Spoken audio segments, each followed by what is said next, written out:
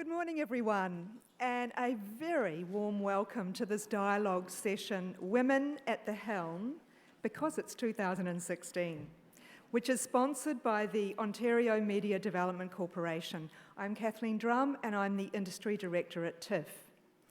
Just a little piece of housekeeping, please.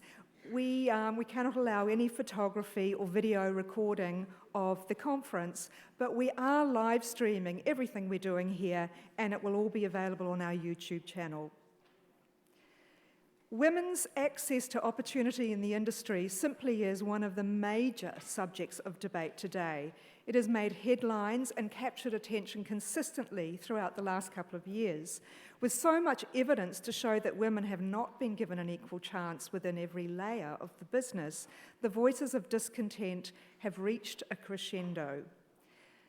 Thankfully, a growing number of influential people are determined to make changes. We are honoured to have a lineup of high-level government leaders and speakers who are here to talk about strategies for improving women's participation in the film industry. The moderator of today's session is Rina Fraticelli, who is the Executive Director of Women in View, an organisation dedicated to strengthening gender diversity in Canadian media. Rina is currently developing 2 times more, a strategy that aims to double the number of women directing scripted media within 2 years. Please join me in welcoming Rina Fraticelli to the stage, along with our distinguished panel of experts, Carole Brabant from Telefilm Canada, Anna Cerner from the Swedish Film Institute, Sally Kaplan from Screen Australia, actor and advisory board member of We Do It Together, Frida Pinto, and industry analyst, Stephen Follows.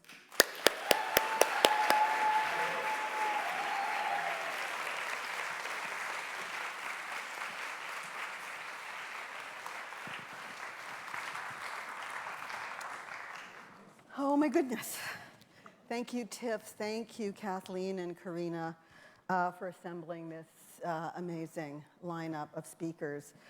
Today we're experiencing a window of possibility, as Kathleen just said, regarding gender equity in media. And we are experiencing this window because of the relentless efforts, many people in this room and around the world, for a long time. But just as windows can open, they can also close. So the question is, what strategies can we undertake now that will make lasting changes, regardless of who's opening or closing the window? We know, as Screen Australia's Gender Matters reports puts it, that it matters who tells our stories, and it matters whose stories we tell. Sorry, am I speaking too quickly?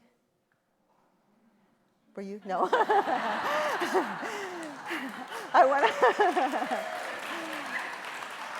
I'm Italian. And we know, as Stephen Follows' Cut Out of the Picture report says, that the culture of the media industry leads to vastly different outcomes for men and women, particularly in directing. And we know that the factors impeding the advancement of women are multiple, they're many, they're deep-seated, and they're mutually reinforcing. So that we know that the remedies have to be structural and multiple and industry-wide, incorporating both the private and the public sector. And we know that talking about gender isn't the same thing as doing something about gender. Yeah. So we couldn't ask for a better group to pose that question to. We could spend the entire time just going through the bios of these people, and so I'm savagely cutting their bios down to a phrase or two, just the minimum, so that we can hear from them and get a few questions in from you. Carole Brabant, at my right, is Executive Director of Telefilm Canada, where she's been promoting Canadian talent and content since 1990, first as Director of Finance, and then in 2010 as Executive Director.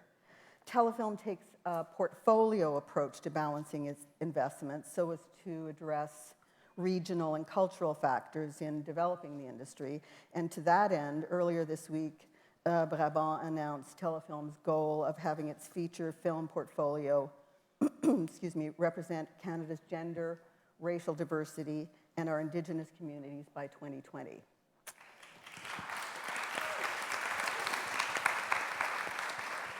Sally Kaplan, over here, I'm doing this in alphabetical order because I didn't know where we were going to sit, is head of production at Screen Australia. She brings to that position experience in the UK overseeing E1's international film sales and heading the UK Film Council's Premiere Fund, where she was responsible for funding and overseeing the production of more than 45 films. And last fall, Screen Australia launched Gender Matters, the report I just referred to, an ambitious 5-point plan to ensure that their production funding is targeted to creative teams that are at least 50-50 by 2018, gender 50-50 by 2018 year end. So that's Sally Kaplan.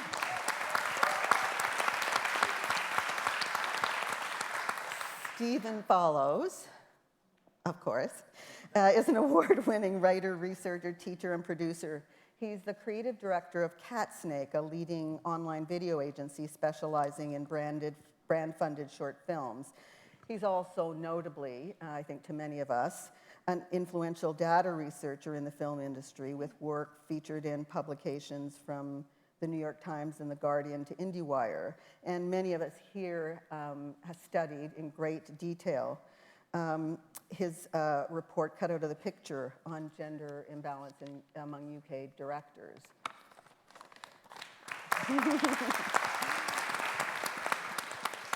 Frida Pinto is an accomplished actress working across a range of styles, from Woody Allen's You Will Meet a Dark Stranger to Julian Schnabel's Mirage to Rise of the Apes.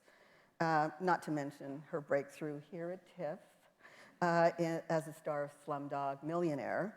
And Pinto is a dedicated advocate of female empowerment through Plan International, and she brings this goal home to her own industry via a very exciting new not-for-profit launched earlier this year, We Do It Together, with a goal of financing production, features, TV, and other media by women.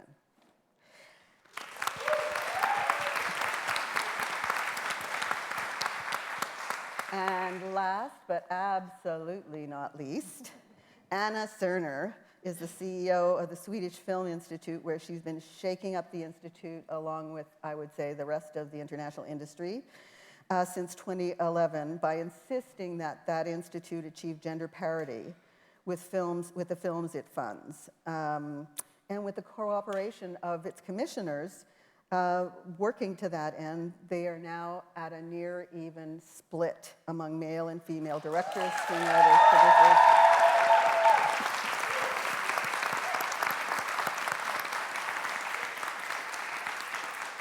And so, with no further ado, I'm going to turn the stage over to Anna. Would you like to start with that short film? Yes, please. This is a film that was made actually in the beginning of 2004, I think. And it's a female director, of course. She was taking part of a female action program. And she probably had to work very many years to get it financed, as you all know. So please, let us see Glenn the Great Runner.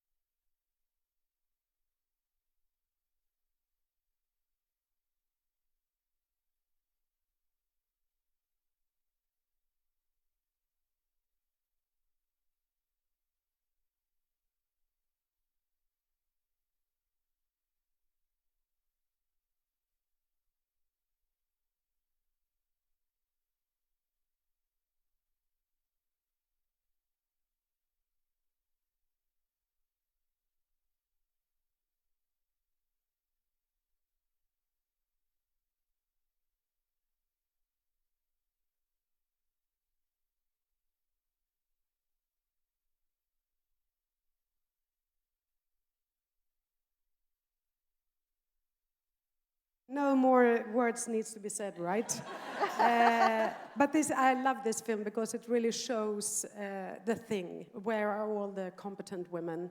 We always hear those arguments that there aren't any good women, and we've been looking for them. And as starting off in at the Swedish Film Institute, I really decided, because I have been a leader, a CEO since I was 34 years old. I'm now 52, so you can do the maths. And I started off getting all those arguments that, so how are you doing, and how are you dealing with your family life, and which no man ever gets that question. But I started off talking, and I got so sick of my own voice quite quickly, actually. So I decided to stop, talk, start, act. And when I started off at the Swedish Film Institute, I realized that I needed to find out where are the obstacles for women to get the money. And that argument is one of the most common, that, there aren't any good women. And we have proven them wrong, right? It took us 2.5 years, and we do not quota. We measure female projects as severely as we do with the male projects. And when you do that, and not quota, which I think is really important, if you have 2 wallets, one with the male money and one with the female money, the male money will be the quality money, and the female money will be the quota money. And what we do now is that we count all the time, which means that we talk about it all the time. Right now, actually, in the funding situation in Sweden, we are funding 80% women and 20% men, but that can change within the year. And we make so few decisions, so it's really important to measure over time and not a year. But we have been, since I started in 2011, we went from 26 to 39 to 44 to 50, back to 38. And so if we end up with 100% this year, I will be happy. Some people in the industry will not, but that's another question. But what happens is when you start talking about it all the time, and we have commissioners that make the single decisions by themselves, and they present their projects, and if it's a male project, they usually come and say, oh, this is such a great project, and the story is so great. And then you start scrutinizing it, and it's like, so what's so great? Is it a festival film? Nah, not really a festival film, but it's really a unique story. Yeah, okay, so if it's not a festival film, is it for a big audience? Nah, not really a big audience. And then you sort of feel the energy leaving the room, and then you start talking about the female project, and it often happens that it gets presented like, yeah, and then I got this female project. Yeah, okay, yeah, but it's a good story. So is it a festival film? Yeah, of course, it's certainly a festival film. So, okay, so you start off presenting it like it was something that the cat dragged in. And that means that some male projects turns out actually not being that good, and some female projects turns out to not being that bad. And then it turns out to be kind of even over time. And and it sounds actually more simple than it is, because we are all sort of raised into the structure of the geniuses are men, and I'm stuck with that as well. Ask me for directors in Sweden, and if I hadn't practiced, which of course I have, I would repeat the male name, because they are the ones that are getting the headlines in the newspapers. And just to finish off my little sequence here is, I think it's really important that we realize that we are all part of it and contributing to the structures that we live in. Mm-hmm. And this research project that you may have heard of in Boston in 1999, actually, the Boston Symphony Orchestra was going to employ more orchestra members, and they tried to get it non-discriminating by having it anonymously. behind curtains on a stage. The musicians went in, doing their little song, whatever it was, and leaving the stage, and the jury was sitting outside in the auditorium. And then the jury picks. And it turned out that they picked more men, which was really disappointing, of course. But then you can ask, which you always have to do, why is it that? Is it because the biological reason that men have a DNA that makes them more suitable for doing music? Or that they have longer fingers that they reach? Could be, or not. Or the social constructive answer, which is that women go home, they take care of the children, they don't have time to practice, so the men turns, unfortunately, out to be better than the women. But before they did that, they redid the audition with another layer of anonymity, which was a thick carpet that the musicians went in. They did that little song, the same musicians. They went out, the jury picked even. They didn't hear the steps, so they didn't get the feeling of where is the quality. And suddenly, the quality wasn't within the gender, but actually within the individual musician. And that what it all comes down to. We have to always struggle to get under the layers of our starting points, which will always be that quality equals men and not women. So that's what I'm fighting for, and will keep on doing, because even though we are there right now, we have to struggle every day. So we made new goals, 50-50 behind and in front of the camera by 2020 is the new tagline, which we took from NASA. Yeah. Thank you.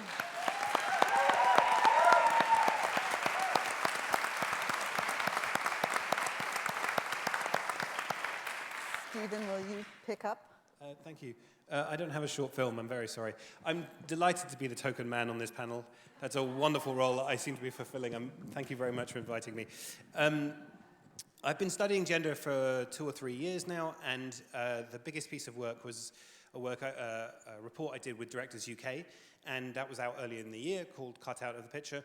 And we looked at 2,500 films, all the films that had been made in the UK over a 10-year period, and we found that 13.6% of directors were women.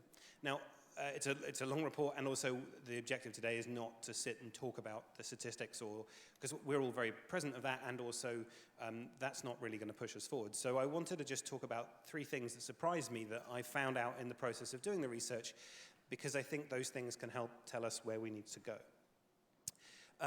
So the first was that I didn't know why, before I started this big research, why there were so few female directors in the UK. And so that was the bit I was really interested in.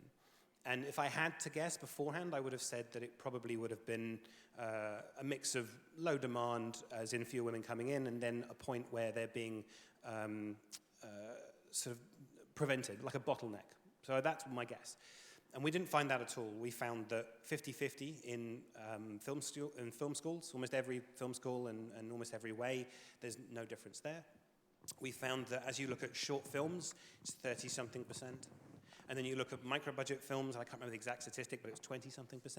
And as you raise up the budget level, you get fewer and fewer women, to the point to which, when you look at films over $30 million, over £30 million in the UK, it was 3.3% were women. And within that 3.3%, one was a woman called Sarah, who co-directed some Aardman animations, and the other was Lena Wachowski, who had to come in the industry with, came into the industry as a man and with her brother.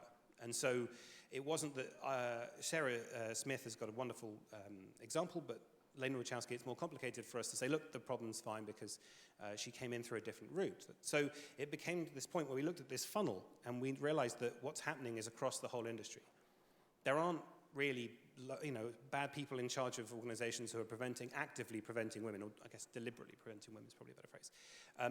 We bumped into 1 or 2 people in the research. One director who shall remain nameless, who said that women don't work hard enough. But what was wonderful was that was the reaction from almost everyone across everything, which was, well, you're an idiot. It wasn't like, oh, that's a good point. Mm-hmm. So whilst that was disgusting, it was nice to know that that wasn't even sort of valid. But that actually kind of, when you think about it, it's actually a little more depressing because it's actually more institutionalized and kind of in most people, and it's unconscious bias was the phrase that we decided described it. And so the kind of actions we need to take need to not rely on finding bad people and punishing them necessarily, because they certainly don't think they think like that. And it's not as simple as goodies and baddies. It's across the industry. That was the first point. The second was that it's not improving over time. You know, over the 10-year period we looked at, it was pretty much flat. And from 2005 to 2014, or about, I think that was the time period, it pretty much hadn't improved in any marginal way. And so we have no real expectation that unless we take deliberate action, anything's going to happen. It's not going to get better. It's not something we can just leave and slowly because that's just not the way the film industry works. We do what we used to do because we don't quite know what we're supposed to do.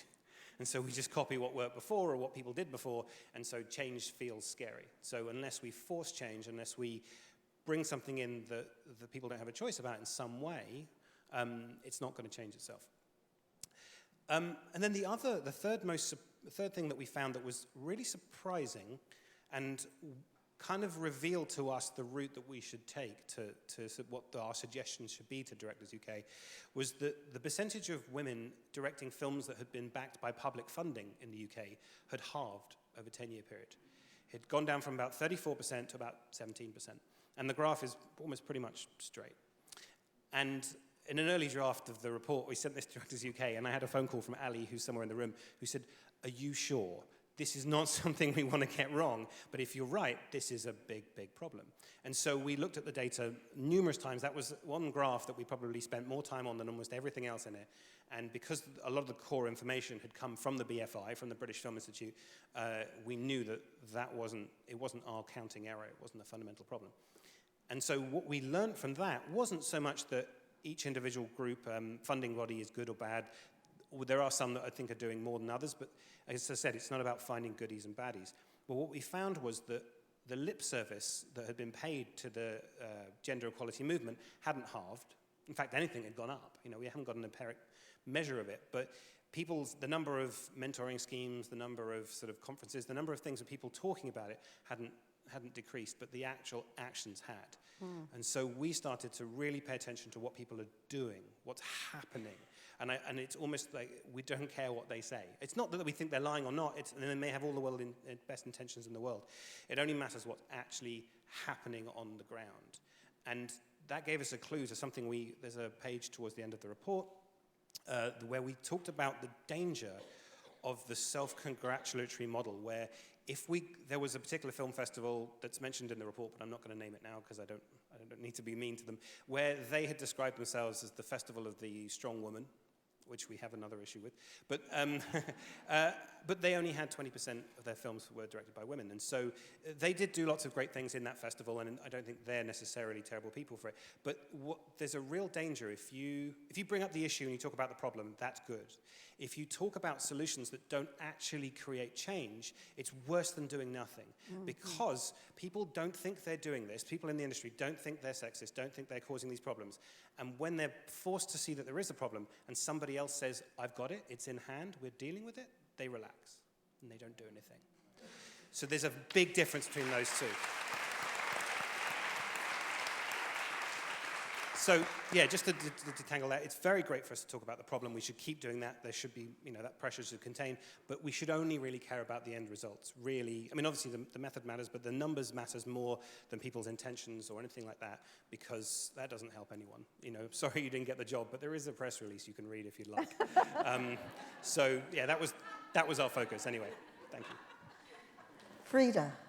Hey, I mean, this is fantastic because everything that Anna and Stephen have said, I'm going to actually kind of repeat it, but in a way that is an action, is one step further from, like you said, it's time to stop talking and start doing something. So quite aptly, our film fund is called We Do It Together. And it might be women at the helm, but the word together for us is very, very important, because as part of our advisory board and board of directors, we do want to include male voices, especially the ones who have who are our early believers, of course, we have the non-believers as well, and we want to change it, but we want to change it in a way that has a very strategic movement towards the doing part of it. So the do and together for us are very, very important keywords in the name of the Film Fund. And it actually came from my own personal experience with, you might remember this fabulous film called City of God, which had a co-director by the name Katja Lund, that many people don't know, a female director. What happened to her? Exactly. We won't go into the whole controversy of the whole situation, but she and I had a film, a story that we've been working on for quite some time. And every time we took this film to a production house, to a potential investor, a studio, they would tear up. And they'd go, my God, this is such a beautiful story. What language is it going to be in?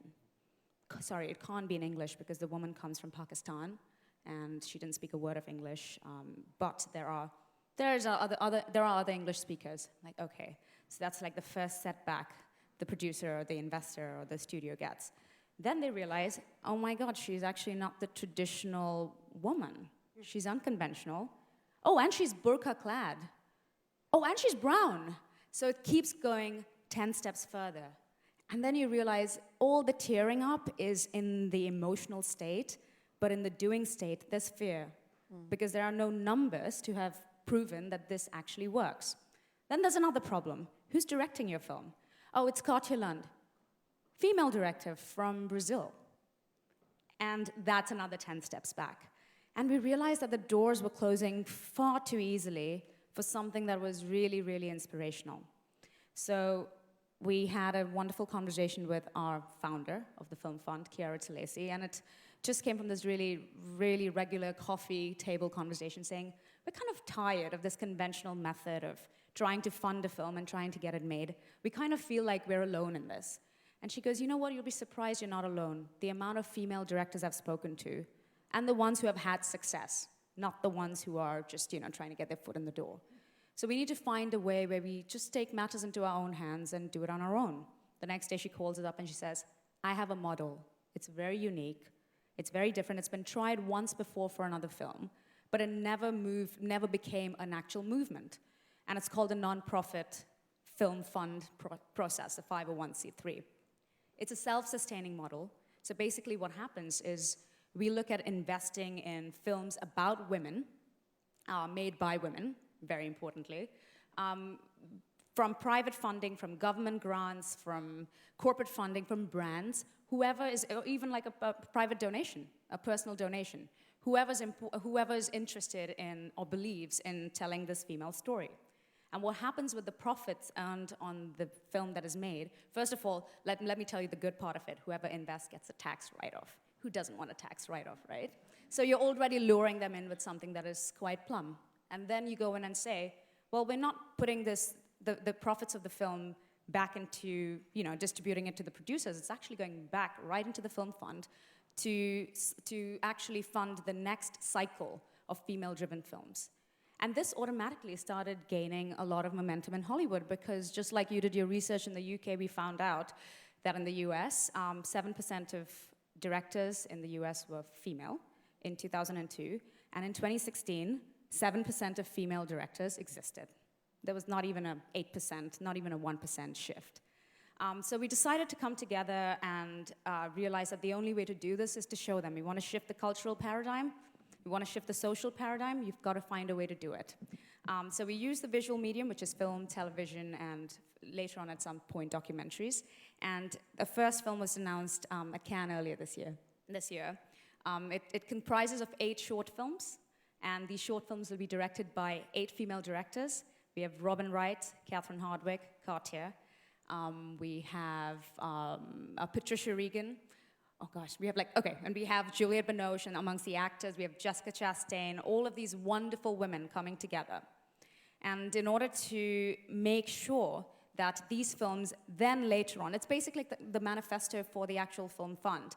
These women can actually bring in the films that they've been trying to make. Can you believe it? Catherine Hardwicke, highest grossing film, Twilight, still has trouble trying to get a film off the ground. There's a real problem out there. And so these films will be the manifesto for what we are trying to do in the years to come. And like you said, you need numbers to prove it. We want to prove it, that it actually works. So we had this little clip somewhere. Yeah, we have it? Okay. Just to explain to you what exactly we're doing, and then I'm going to answer all your questions, because it's a very in-depth kind of interesting model, but it's never been tried before. So there might be questions even from the audience on why it's a non-profit model.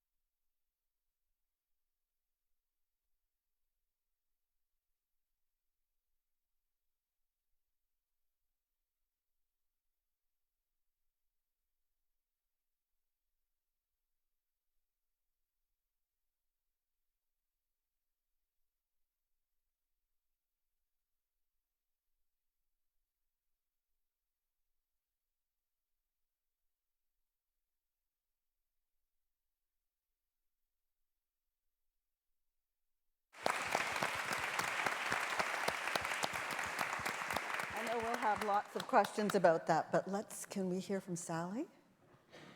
Great to see such a wonderful turnout, and such a lively one as well, so feel free to clap and cheer as you will. Before I go into more about what the Screen Australia initiative, which I guess a lot of you will know about, but I'll give you a little summary, I just wanted to pick up on something that Frida and Stephen was saying, and it's that unconscious bias. And bear that in mind all the time. I was on a panel a couple of weeks ago in Queensland on gender matters, because I get twitchy if I'm not on a panel every 2 weeks or so.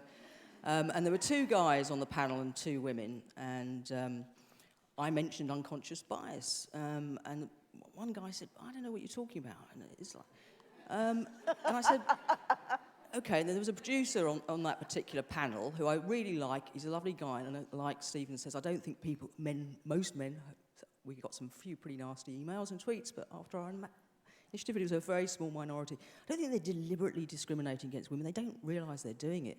And this guy next to me is a producer, and I knew the film he was talking about because we'd put some money in it, said, "Sally, it's really not that bad. You know, my last film had 80% of women in it." And I was like, "What?" I said, "Sorry, you had a male director, a male writer, a male protagonist, and you were producing it." And he went, "Oh yeah, but we had a female line producer, and she was really good." And I said to the audience, I think that we've just seen unconscious bias. And obviously we all know that women are really good at administration and organisation, but there isn't that recognition or the willingness to take that risk with women in more expensive films, which we've seen so many times. And it's really interesting that within our organisation, we support feature films, documentaries, TV, and multi-platform. And whilst, you know, our statistics are really not great for women in feature films, or TV, multi-platform is pretty much 50-50. And I think the conclusion you can draw from that is there's no barriers of entry. They don't have to be commissioned, and they're making stuff for not a lot of money. And to the same, documentaries isn't quite as good as multi-platform, but you're seeing a lot more women teams. It's a much better percentage. And again, it's like, there's not a risk, you know, if a woman's good, it doesn't matter what the budget is. Is she right for that project? Anyway, so inspired by the Luminar report last November, we were like, maybe we were showing a bit of unconscious bias. And we go, God, is it really still that bad?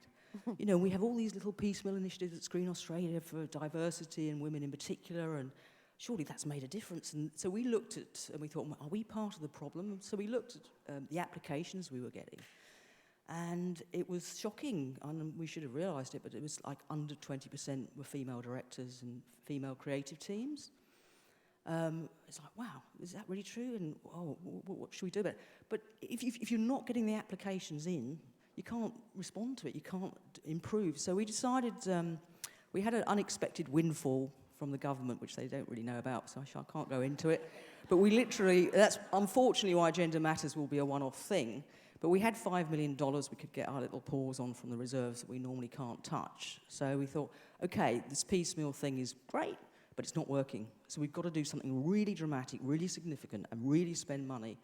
So, and the other thing we have to do is we have to look at the barriers to women. So we always have eligibility criteria because we just simply couldn't cope if we didn't. And we said, well, for Gender Matters, let's get rid of them.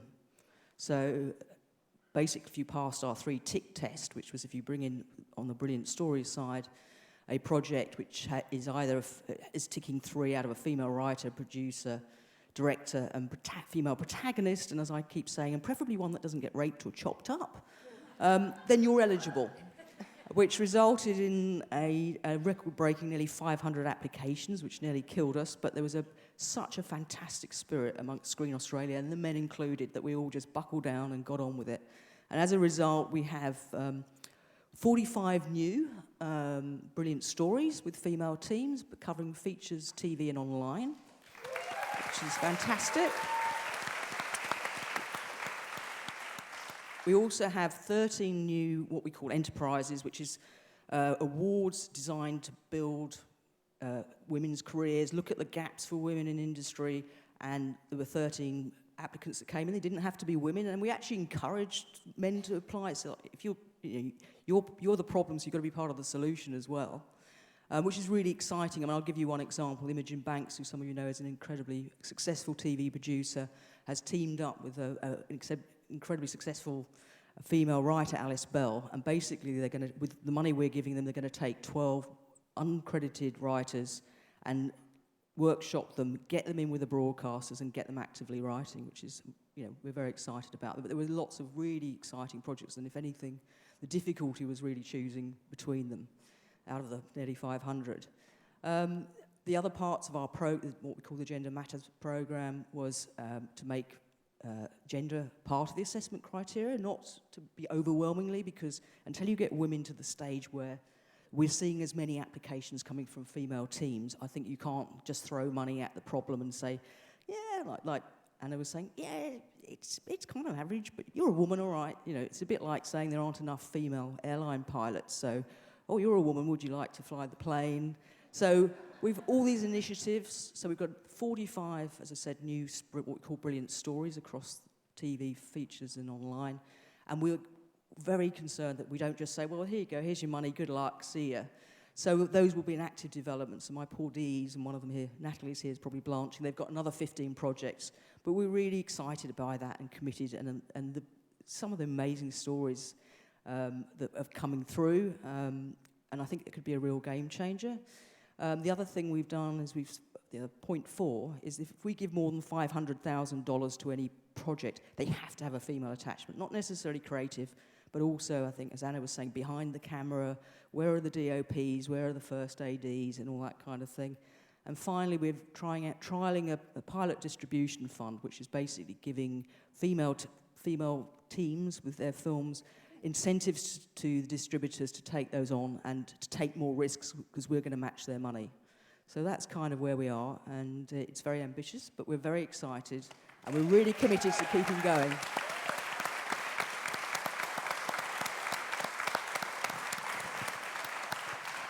And finally, our own Carole Brabant. These people are a tough act to follow. So at Telefilm Canada, we've been committed to increasing diversity within our portfolio, but it's clear that we haven't done enough, and we need to do more. And we're very pleased to have announced this week that our intention is to have, by 2020, a more diverse portfolio in terms of gender, in terms of cultural diversity, and in terms of Indigenous representation. And we're pleased to have the AQPM and the CMP working with us to achieve that goal, because as it was mentioned earlier, we think that we need to be working together to make sustainable change in our behavior, in the way we think, and also importantly, in the model we give to the new generation, to models that have succeeded. And correct me, Anna, but you've also put in your program that you promote successes of women as role model. I think it's important to give models to the new generation so that they are inspired. I'm a chartered accountant, and I remember very well in the 80s when I was sitting in a school trying to identify myself as a chartered accountant, and I was only seeing male in the CA firm.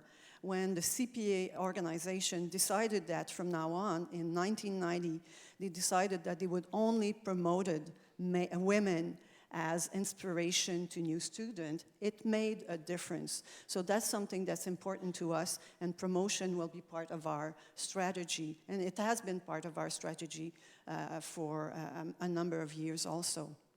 I think that through conversation that I've had this year, I think that we've made significant steps. And thanks to groups like Women in View, like Réalisatrices Équitables, that have pushed us in the right direction, we've made significant change. I think that we're not at the point where we're questioning the issue anymore. Mm-hmm. We're not at the point where we're questioning the reasonableness of making it a reality. But there is still some challenges. Even though we agree on the issue, we agree on where is it that we need to go, there's still a number of solutions that are being proposed.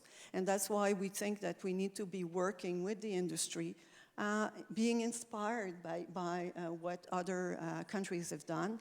And in that aspect, we will be creating a working group with the first meeting in October to help us identify the changes that need to be done in our programs, the improvement that we need to do to make it a reality. And I think that with the industry, I have good faith that we're going to be succeeding. And maybe we'll be faster than you guys. Oh, amen to that.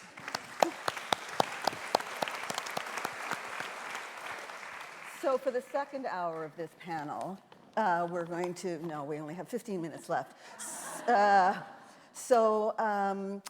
Perhaps before we open it to the audience, perhaps I can invite the panelists, if you have questions for each other. Would you, yes, like to jump in? Yeah, I've got a quick question. I don't know much about what Telefilm's doing and what their new plans are, but it's good to hear that there's a working group. But I wondered if there's a timeline you have, even if it's not sort of official and sort of like that's what you're going to do, a timeline in mind of what the working group will do, or if there are any other actions that Telefilm's doing as well as the working group, because I don't quite know what you guys are doing or what was announced. So I just thought I'd catch up with it. The 2020 is our deadline. But one of the things, if people are wondering what it would like to have a more representative portfolio, I think a good example of what we have in mind is our micro-budget program. We created the micro-budget program 3 years ago with the intention of giving a first possible opportunity in a less risky environment to make a first feature. And the micro-budget program is completely a good representation of gender, of diversity, of indigenous, and that's what we're targeting with our old portfolio. We would like to achieve that. And I think it's feasible. We're not starting from scratch. As of now, about 33% of the project we finance are being led by women. And it's not enough, but it's significant improvement from what it was in the 1990, where only 7% of the project we were financing had women as a leader.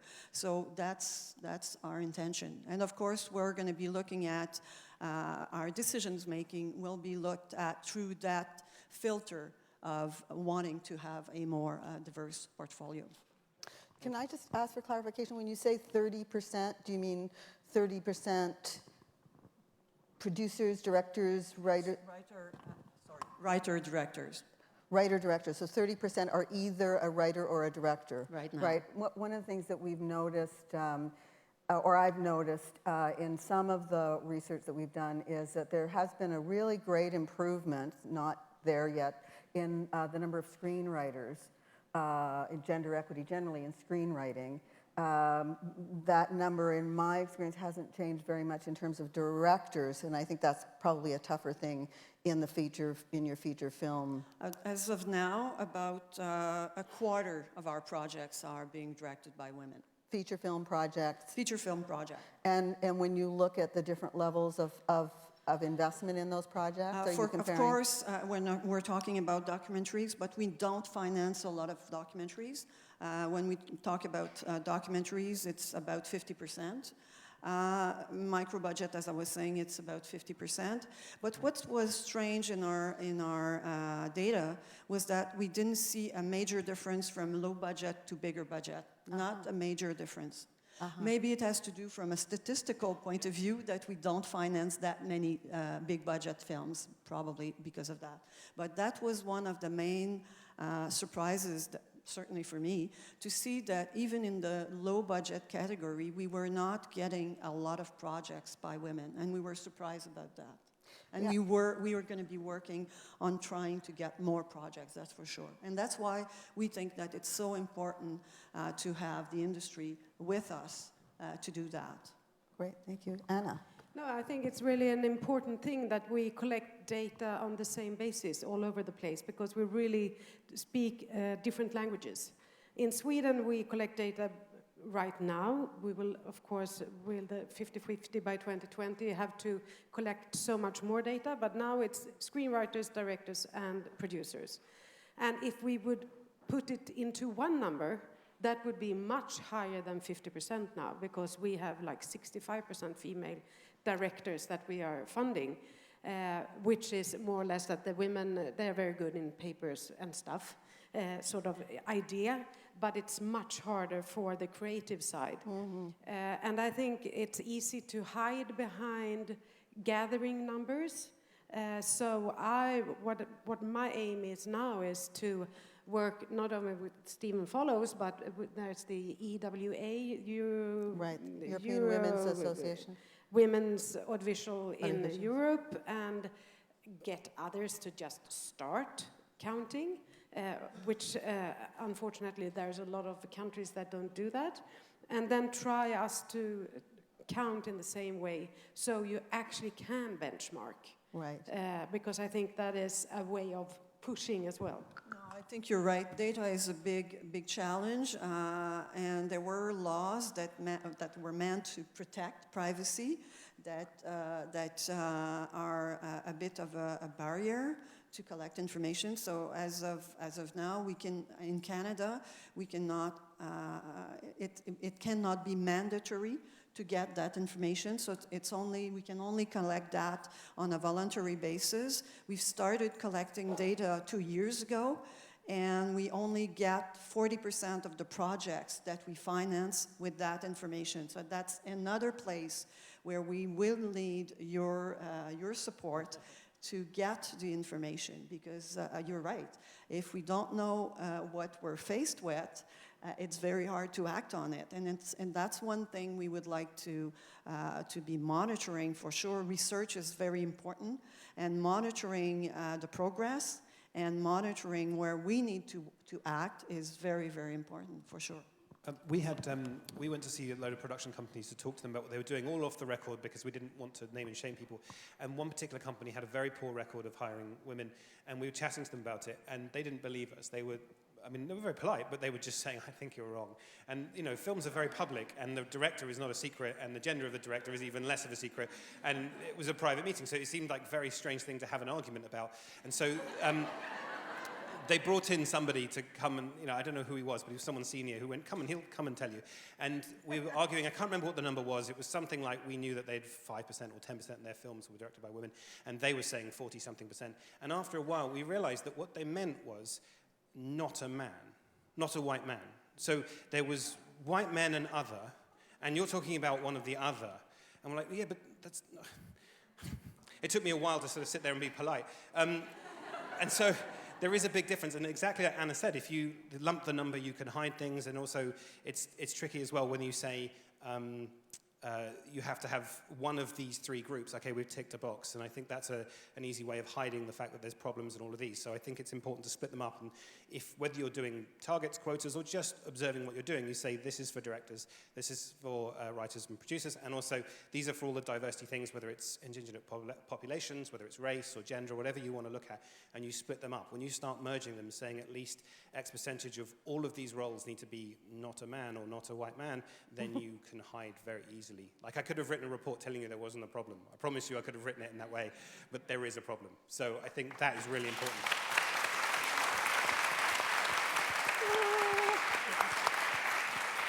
So we're going to dig in our heels the way you know, pets do when they know you're taking them to the vet, and not leave the room until we've had at least a few questions.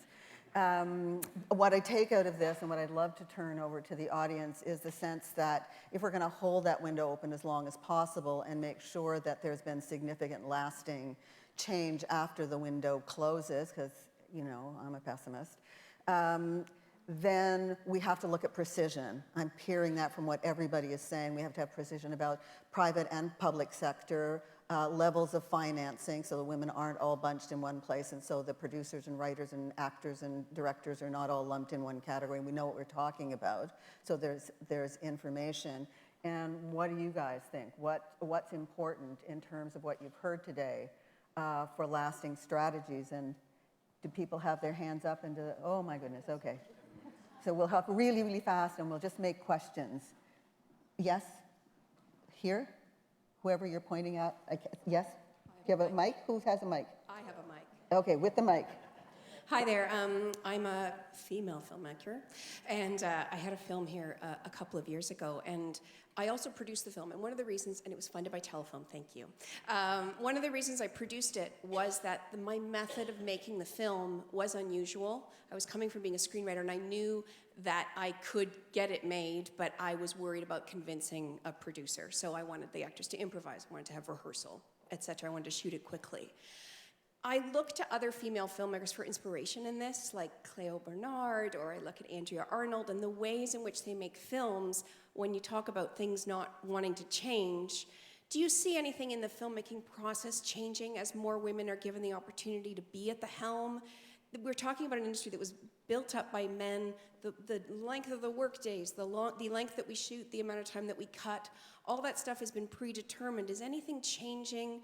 And for me, something that would be really important is just giving the creative the ability to change the paradigm on the production level. And have you seen any interesting changes that have happened on that front?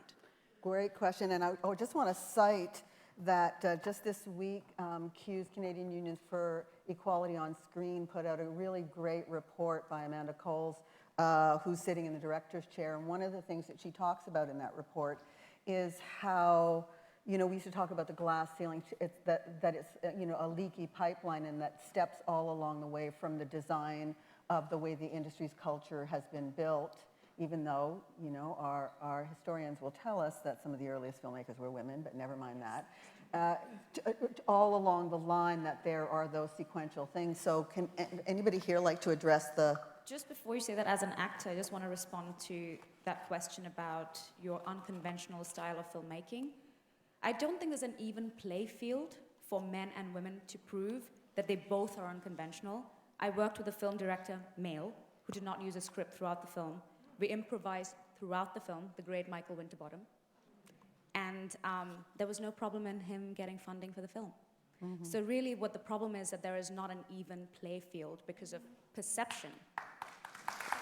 I think when there's an even play field for male and female directors to succeed and fail based on merit and not based on your perception about women's tendencies, their ambitions, their sensibilities, their creative abilities, I think that's when you can actually really shift that paradigm that you're talking about. But as an actor, I think male and female directors are both unconventional at the same level.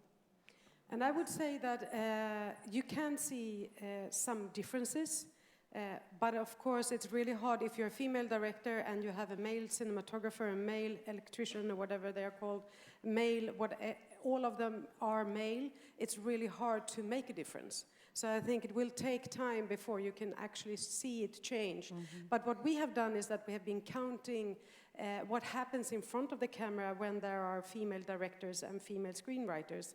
And for instance, in Sweden, 100% of the female directors have their film passes the Bechdel test. In comparison to the male directors, it's like 20-30%. And you can as well see what kind of protagonists there are. There are more female protagonists and they are allowed to be stronger. So it really makes a difference. But the real change is when we have an even play field and when it takes time.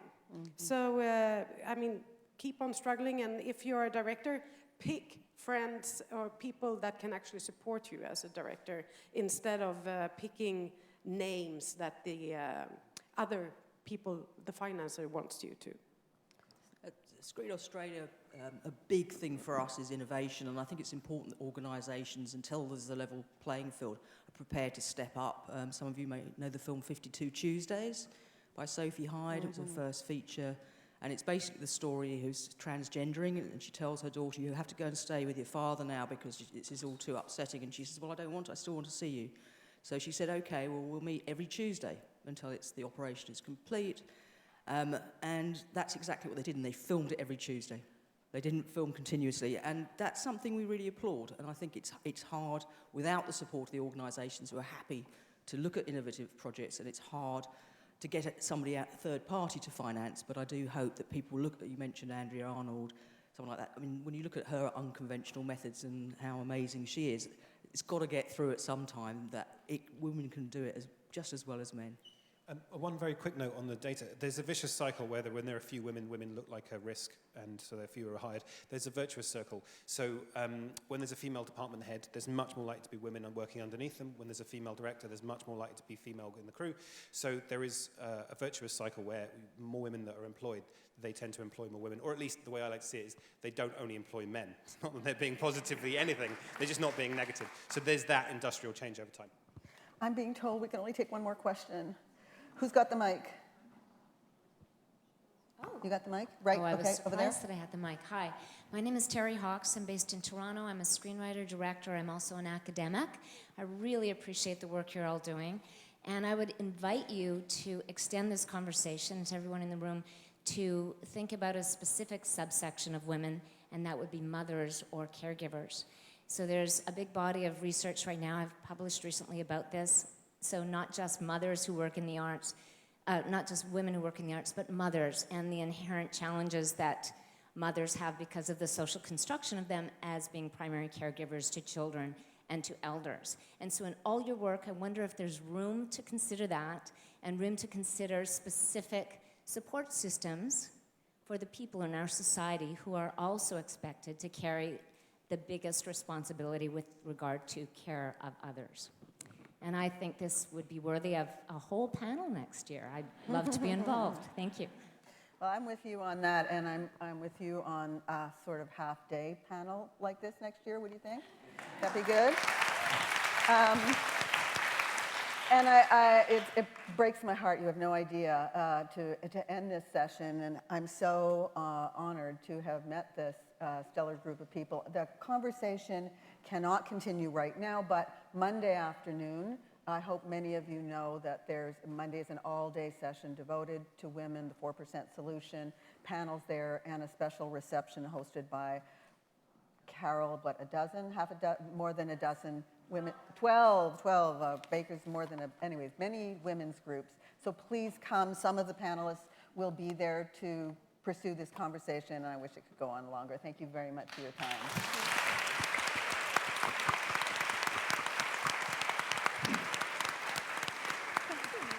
Thank you very much. Thank you very much. What an invigorating session. What can I say?